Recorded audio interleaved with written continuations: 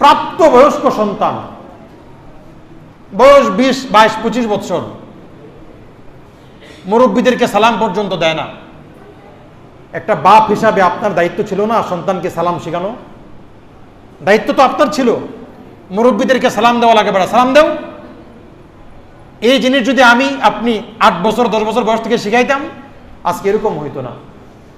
সালাম দিলে কি আসসালামু আলাইকুম কাকা, আসসালামু আলাইকুম কাকা, আসসালামু আলাইকুম হুজুর।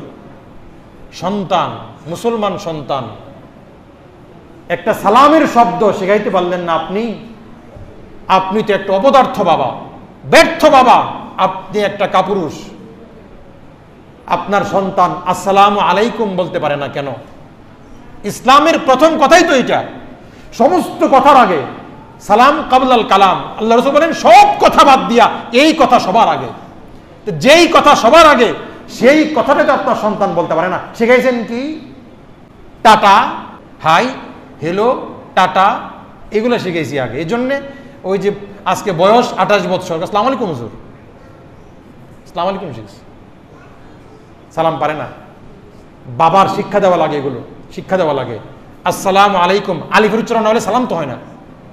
আ উচ্চারণ করা লাগবে, আসসালামু আলাইকুম বলতে হবে।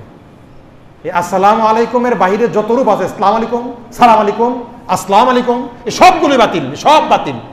একমাত্র শুদ্ধ উচ্চারণ কি বলেন? আসসালামু আলাইকুম, আসসালামু আলাইকুম।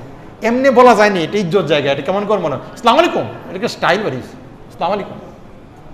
বেহুদা, মূর্খ, জাহেল, না নিজে পারে না সন্তানকে শেখাইতে পারছে।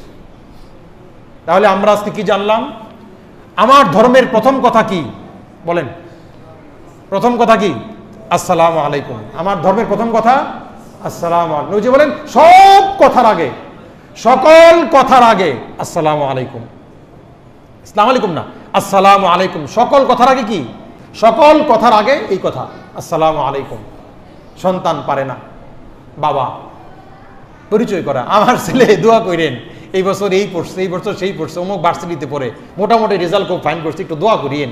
কি পড়ছে? গোড়ার ডিম পড়ছে। আপনার ছেলে তো সালামটাই পারে না, প্রথম কথাই তো পারে না। মুসলমানের সন্তান, আল্লাহর নিকট জবাব দিতে হবে বাবাকে।